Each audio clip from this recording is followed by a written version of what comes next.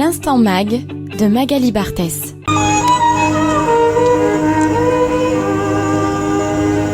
Solennité et simplicité. C'est ce qui s'est dégagé jeudi 28 mars dans le 10e arrondissement de Marseille lors de la cérémonie d'inauguration de l'allée Mireille Knoll de mémoire bénie, sauvagement assassinée à son domicile par la barbarie islamiste en mars 2018. L'hommage, qui a débuté par l'Avinu Malkeinu et ponctué de mélodies yiddish, était à l'image de cette belle personne que fut la maman de Daniel et Alan et dont l'esprit perdure dans leurs mots aujourd'hui. Écoutez l'émotion d'un fils.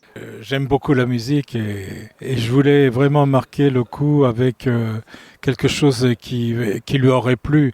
Elle adorait Barbara Streisand.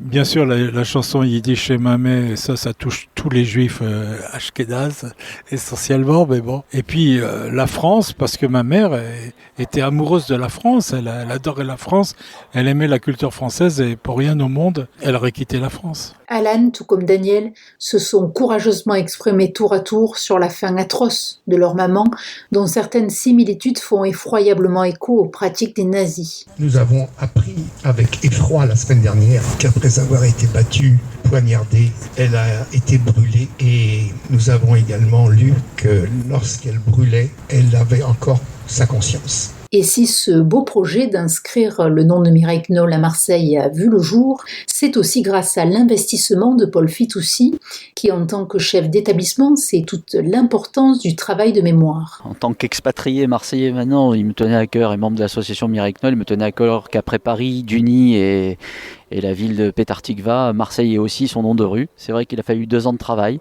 On a été beaucoup aidé en cela par Guy Darmon. Et on a trouvé une belle allée, et puis voilà, Marseille, comme je dis, même si j'y suis pas né, c'est ma ville de naissance. Ville effectivement d'ouverture, mais en ce moment, il faut combattre quand même quelques mauvaises âmes qui sont pas dans cet état d'esprit. Alors il y a plusieurs façons de combattre, il y a le judiciaire, il y a le policier, mais il y a aussi l'éducation. Moi, ma partie, c'est l'éducation. Et malgré cette immense douleur qui peut paralyser d'effroi, il faut rappeler à quoi peuvent mener les préjugés antisémites ancestraux et ne jamais cesser de taire le souvenir de leurs victimes. C'est l'état d'esprit de la maire des 9e et 10e arrondissements de Marseille, Anne-Marie Destiendorf. C'est un secteur où l'on tient beaucoup à la mémoire.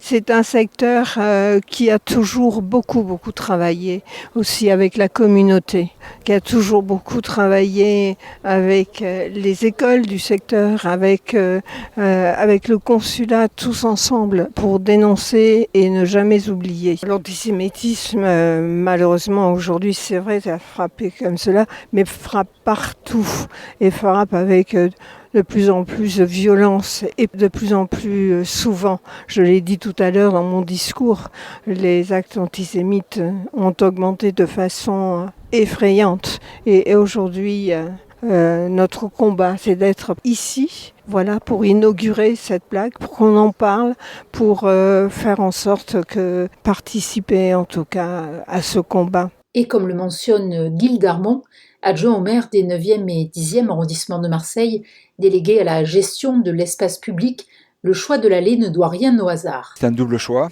Le premier, nous voulions une voix douce, parce que Madame Knoll incarnait la bienveillance, la gentillesse et la douceur. Elle était ouverte à la famille, ouverte aux autres tout le temps. Et également, c'est une voix qui est transversale et qui part du lycée Jean Perrin et qui recouvre la très grande rue qui est derrière, avec beaucoup de passages d'enfants, d'adultes, de personnes âgées et beaucoup de bancs. Et les bancs permettent de s'asseoir et permettent de suspendre le temps et de réfléchir à qui est ce personnage, Mireille Knoll. Donc j'imagine tous les jeunes avec leur téléphone portable et les Google en tapant Mireille Knoll. Et c'est cela, le message, marquer un combat contre l'antisémitisme. C'est ça le sujet. On est en 2024 et on est encore à devoir combattre au quotidien, à batailler juste pour être juif. L'expression de la parole antisémite se révèle de plus en plus féroce et l'arène politique n'y échappe pas. Pour être efficace, le combat contre l'antisémitisme doit donc se mener à plusieurs niveaux. Écoutez les propos sans concession du député des Bouches-du-Rhône, Lionel Royer-Perrot. Le message, c'est bien évidemment de lutter contre l'antisémitisme. Son assassinat s'est très clairement inscrit dans un acte antisémite assumé, revendiqué par son meurtrier. Et donc, ça me semblait aussi important de pouvoir marquer ici, dans cette ville de Marseille, dans ces 9e et 10e arrondissements, que l'antisémitisme est un combat de tous les instants. Et comme je le disais dans mon propos, en reprenant Albert Camus, notre monde n'a pas besoin d'âme tiède, mais plutôt de cœur vaillant. Et donc, c'est aussi un acte politique au sens grec du terme, c'est-à-dire une réaffirmation de ce que sont nos valeurs et de la nécessité que les uns et les autres, individuellement comme collectivement, devons combattre cet antisémitisme insidieux qui, jour après jour, se développe dans notre pays. L'Assemblée nationale est le reflet que la démocratie a apporté en termes de résultats électoraux. Donc effectivement, les Insoumis siègent aujourd'hui à l'Assemblée nationale. Le Rassemblement national aussi, je voudrais quand même pas qu'on les oublie, parce qu'aujourd'hui, ils ont un peu tendance à vouloir faire oublier leur passé. Mais enfin, moi, je n'oublie pas sur quoi est construit leur doctrine. Mais c'est vrai qu'aujourd'hui, à l'Assemblée nationale, nous avons des partis politiques qui assument très clairement l'antisémitisme et l'antisionisme. Comme l'hémicycle est un lieu sacralisé en quelque sorte, où on peut tout dire, eh bien certains effectivement usent de cette liberté pour pouvoir véhiculer des idées qui sont reprises par les réseaux sociaux et qui aujourd'hui font énormément de mal à notre pays et à notre démocratie. Donc c'est la raison pour laquelle je pense que c'est un combat que l'on doit mener, c'est un combat individuel au sens où chacun ne doit pas détourner la tête. Lorsqu'il y a des actes répréhensibles, il faut être en capacité de les dénoncer. Je fais moi-même partie des parlementaires, des 70 parlementaires qui viennent de faire un signalement au titre de l'article 40 suite aux propos de Thomas Porte, donc député LFI, qui a encore très récemment fait des sorties qui sont juste ignobles.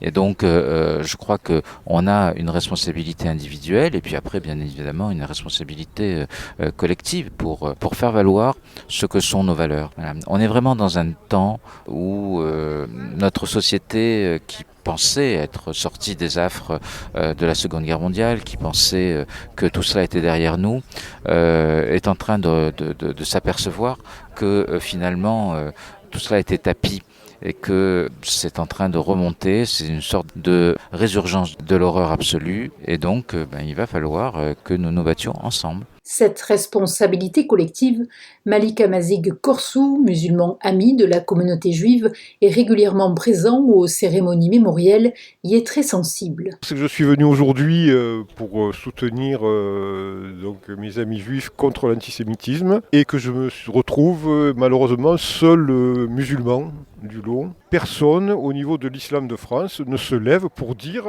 que l'islam n'a rien à voir avec les sectes criminelles islamistes. Madame Mireille Knoll, mais le problème c'est que pour elle n'est même pas la dernière d'une longue liste. Le motif de ce rassemblement était certes douloureux, mais la présence du Rav Madar permet d'apaiser un peu cette douleur et se dire ainsi que Mireille Knoll est désormais une lumière qui nous regarde. J'étais très ému parce que ça remue des souvenirs et des moments très compliqués pour la communauté. C'est très important de marquer le coup et surtout rappeler que le combat est loin d'être fini et je voudrais pas dire qu'il vient de commencer, mais ça devient très compliqué pour la communauté et il faut vraiment dans ces moments-là que la communauté se mobilise pour ne pas d'abord baisser les bras et continuer à se battre pour vraiment que les gens comprennent que c'est un combat pas seulement pour la communauté juive, pour tout le monde.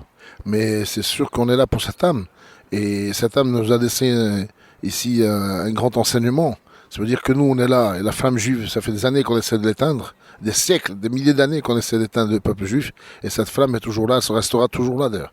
Et c'est pour ça qu'on est là aussi, pour montrer que Madame Knoll n'est pas partie, elle est partie physiquement, mais elle est là encore avec nous. Et ce qui impressionne chez Daniel et Alan Knoll, c'est cette constance à faire vivre le souvenir de leur tendre maman, qui s'illustre notamment à travers le livre « C'était maman », paru en octobre 2018 aux éditions Kero. C'est un livre qui raconte toute sa vie, et comme maman était quelqu'un de très ouvert, elle a beaucoup voyagé, et elle a beaucoup aimé. Et dans le livre, ça apparaît. Il y a une chose qui est extraordinaire parce que à 72 ans, elle est partie à Venise avec la mairie. Elle a rencontré un monsieur ancien déporté et elle est restée quand même 9 ans avec lui et elle avait 72 ans. Ça veut dire qu'il n'y a pas d'âge pour l'amour. Ma mère aimait l'amour, elle aimait les hommes, elle aimait la vie, elle aimait le cinéma, elle aimait tout en fait. Elle était très ouverte, elle aimait discuter avec les gens, elle aimait les aider, surtout moralement. Et ça, vraiment, ça apparaît dans le livre. C'est un livre qui a été plutôt bien critiqué, mais qui n'est pas beaucoup lu malheureusement. On a été contacté par Catherine Séguret. On a participé tous les deux,